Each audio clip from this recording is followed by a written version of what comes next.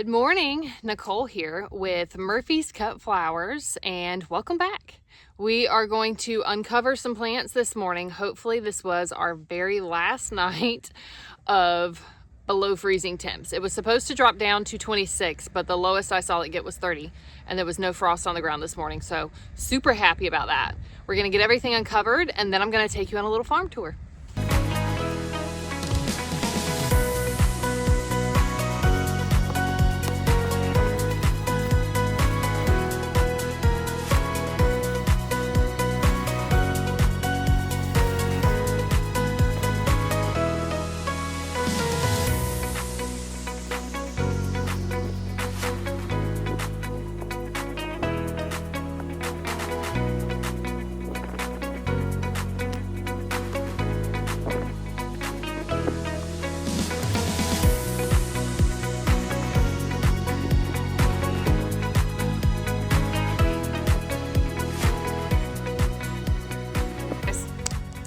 I have everything uncovered, and one of the things I want to mention is that one of my, I guess you would call it just part of my business plan, is that I didn't spend money on flower things unless it was coming from, like the money was coming from the flowers. So business invested, like not crossing business and personal.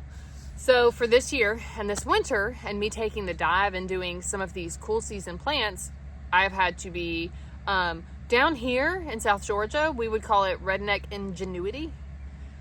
So I made it work. We have the jugs of water in the beds because last night they were saying it was going to dip down to 26 and it didn't.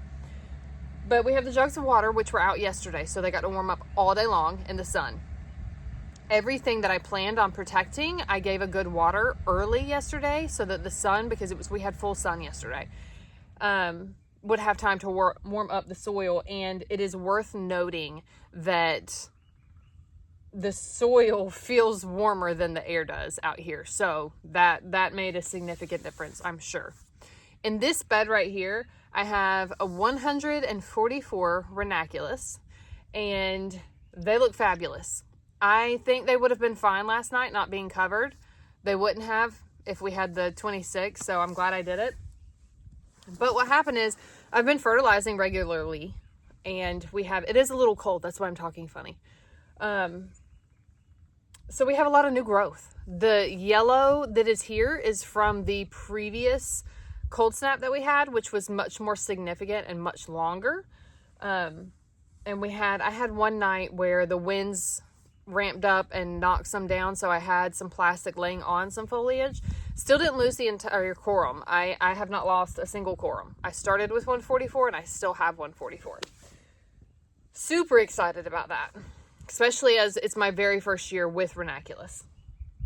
So between watering the beds early in the day yesterday, the water jugs, and the plastic that I pulled off this morning, I think everything looks fantastic. It looks fantastic. You'll see down at the very end, I do have some Queen Anne's lace in this bed that was from last year. I'm going to switch sides. And over here, we have Campanella, Canterbury Bells, and then I have Sweet William and Larkspur at the very end. I have a few more things that I'm going to trickle in this bed. What I am finding out about myself is I've never been a color inside the lines person. I have ADHD. I do things my own way. I don't think I'll ever be the farmer with like the straight, like everything of this plant is in this row and everything is here, because this is also my backyard. So I want it to be pretty. You know, it has to be joyful for me to be out here, and it is, absolutely. But part of that joy comes from it looking the way that I want it to look. So if you're like, wow, that doesn't make any sense, why don't you have this all in one straight row? And I do have a field with rows. They're not straight. If you look at it from the right way, like they're all kind of like this. So everything here looks fabulous. I've already looked through and checked, and they all look beautiful. I don't see any damage. I will say, if you're new, frost damage can take 2 to 3 days to really show on some of these plants. So you can walk out there the next morning and be like, yes, I did wonderful. And then come back the next day and you've got a soggy burnt leaf. Definitely possible. Happened to me on my last, on when we had our last cold snap. with my sweet peas, which are super dramatic. I don't like sweet peas so far. They have given me, like, they have been the fussiest little things. I'm not sure that they'll, unless they like really just shoot up and they are just absolutely impressive and I fall in love with them, I don't know if I'll do them again next year. They're just too dramatic. Very dramatic. Okay, I'm going to pick you guys up and we're going to walk down here.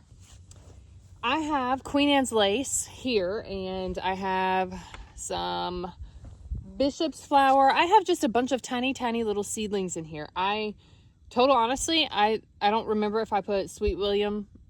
I direct seeded a lot into this bed, and it's all coming up, but it is just getting big enough for me to be able to identify. I do have some weeds in this bed that I'm going to have to come in here probably later this week. They're finally getting big enough that I can identify, okay, that's a weed and that's definitely what I planted. And I'm pretty sure it's Sweet William that I put into this bed. We have a ton of larkspur and blue pearl up at the front, and I can see the blue pearl coming up all over the place.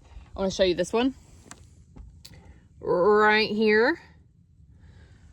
So we have been in a drought, and yes, I watered these plants in when I put the seeds in, but we've been in a drought and we've had a lot of wind. So I water them in, and like that afternoon the top layer of soil is dry because the earth is just soaking up everything that we put in it. And I also have a cat. So I have been finding blue pearl and what I think are also bishop's flower all over the place, all over my beds. Am I going to remove them? No. Again, because this is my backyard. This is where I farm. It's like directly in my backyard, and I'm just not the type of person that bothers. I know that it's some wood. There's some type A people that would be like, that's not supposed to be here. It's supposed to be over there. As long as it's not something that is going to overtake something else that's more important in this bed, I'm perfectly fine with it popping up wherever it wants to pop up. I mean, I would prefer it stayed in the general area. I have random larkspur that's popping up over here by my stock, and that is confusing. I'm blaming that on the cat too. It's either the cat or the wind. But again, I'm not, unless it's affecting something else that I need more, or one of those high quality, high tiered somethings that I need, I really don't mind it. I really like if you guys watch Blooming Gray, I love her style. And I love the cottage whimsical kind of look that she does on her bouquets. And that's kind of what I'm going for this year, at least for the first start of the season. So I'm not pulling anything that, I'm just not, unless it's a weed. And I'm not pulling it until I'm sure that it's a weed. Hopefully you guys can still hear me because I don't have a mic yet. So in this bed right here, I have stock. I have 45 right now, and I have one last succession on my porch. And I did the same thing in this bed. I did cover these guys with sheets instead of plastic because I only had, my plastic was big enough for those beds, and I used sheets for here. One of the first purchases that I make will be low tunnels, given I have a good season. But again, I have chosen not to spend personal money on Murphy's Cut Flowers and let Murphy's Cut Flowers, because so many people jump into these ventures, whether it's homesteading, and you're talking about chickens or sheep or ducks or flower farming or vegetable farming or anything else. If you're starting out, use what you have. You don't know if you can do it yet. And a lot of people can't do it. And I don't say that in an ugly way at all.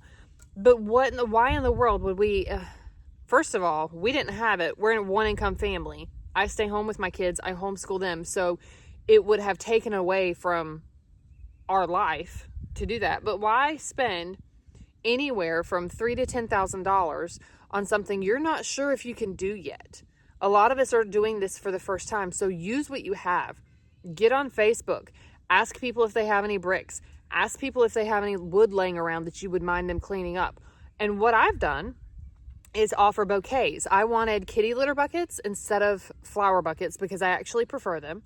So I posted on Facebook, and I've already had 2 people pop up, and I owe 4 bouquets when the season starts, and my buckets are taken care of. Use what you have. Ask questions. Reach out to your community. Facebook is a great place, and the Nextdoor app is useful as well. So stock right here, and some of the stock in the front is actually my older stock, but it got nipped good when we had our first longer colder snap. But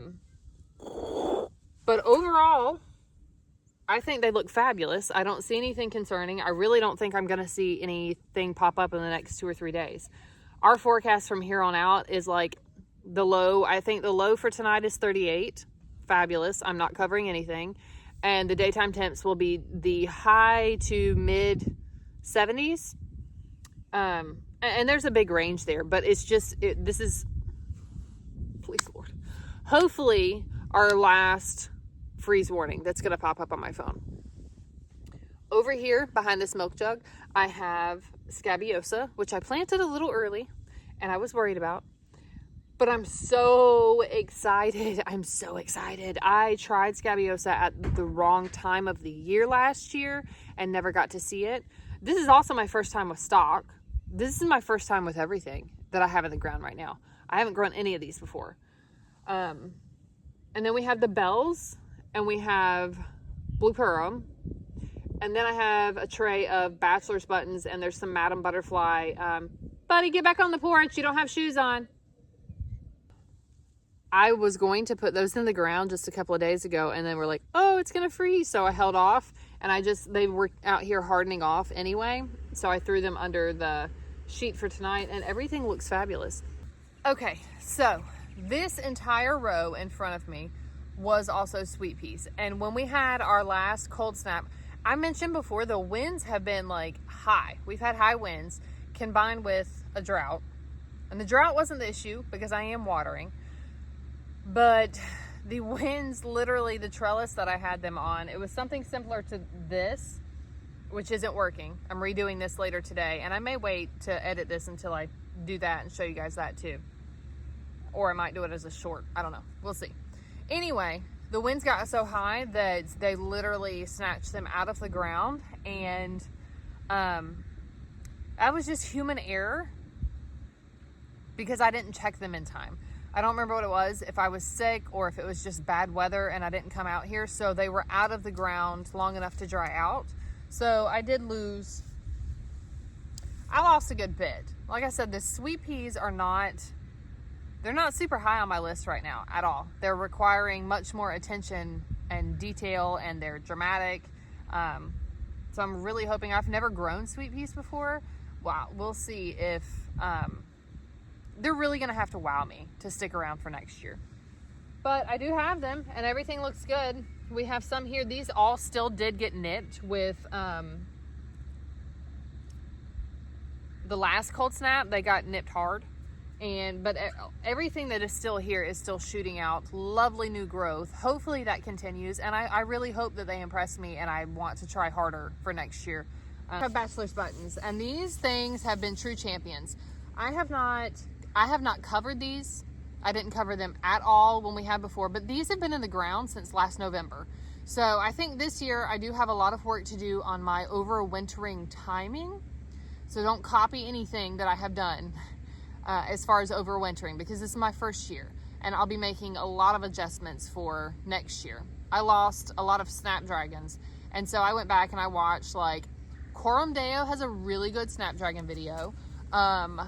Blooming Gray also has one, and even though she's in a different country and it's like a totally different setup, but just watch as many of those snapdragon videos as you can, because that is one of the most confusing.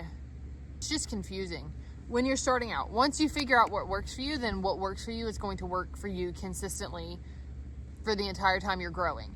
But that learning curve of when to put them in the ground for your zone specifically. Again, I'm in South Georgia, zone 9. We have cold winters-ish. We have cold dips in the winter. It doesn't stay cold. We get a lot of little fake springs. We had a fake spring in December. We had a little bit, I think, of a fake spring, maybe a couple days of a break in January. We definitely had a fake spring last week. And I do expect another cold dip before Easter, because historically that's what happens in my area. But I'm really hoping it's not a hard freeze situation. I wanted to give you a closer look at the Scabiosa that I have here, and then also my bells. This is my Scabiosa. I went with the pincushion mix, the tall, and it looks absolutely fabulous. Again, I'm not the farmer that you're going to find every single thing in a row all of the time. And even if it's in a row, it's going to be crooked, probably. But that's just who I am. I'm not type A about that. And this is, again, it's my backyard. All right, these are my bells of Ireland, and I've got Blue Purim over here. It's harder to see because of the coloration on the leaves. I'm coming, babe. Here we have some lovely Madam Butterfly snapdragons, and I'm worried that I may have been a little late. But the temps are going to be mild for the next 2 weeks, so hopefully it doesn't get too hot too fast. It definitely can here in South Georgia. Last year we were in our pool, I think by the end of April. It got hot quick. And then we have a second round of bachelor's buttons since my first one has done so well. Okay, on my porch, I also have 2 more varieties of snapdragons. I have some Rudbeckia, I have some phlox, I have more bishop's flower, I have something else I'm forgetting. So all of those I'm probably going to start hardening off tomorrow because today's temps are still going to be kind of low. I'll bring them out tomorrow. And what I do is I'm going to give them a couple of hours for probably 2 or 3 days, and then I'm going to give them the majority of the day, and I expect to have those in the ground maybe by this weekend. We'll see. I'm not gonna push it super hard if it would be safer to wait until next week. I did do a large Johnny's haul. Well, I say large, it was the biggest order I've placed yesterday. So the next video you see from me, aside from shorts, the next full-length video will probably be a Johnny seed haul video. And then we will do another farm tour after I've gotten more of this in the ground, and I do have some seed starting videos in the works. So stick around, you guys. Like, subscribe, follow. I'm on TikTok as Murphy's Cut Flowers. I'll link that in the description. I'll put all of our links in the description. I'm so excited though. We are so close to this season officially kicking off. Like I feel like I have just survived the winter, and I'm just so close to seeing blooms, and I'm the most excited I've ever been because all of these flowers are first for me. I had bachelor's buttons last summer, but not many of them. I wasn't excited about them, and then I ended up liking them way more than I thought I would. So that's the only one. Oh, I had snapdragons, but pretty much, other than those 2 things, everything else is brand new to me this year as a grower. And stick around, you guys.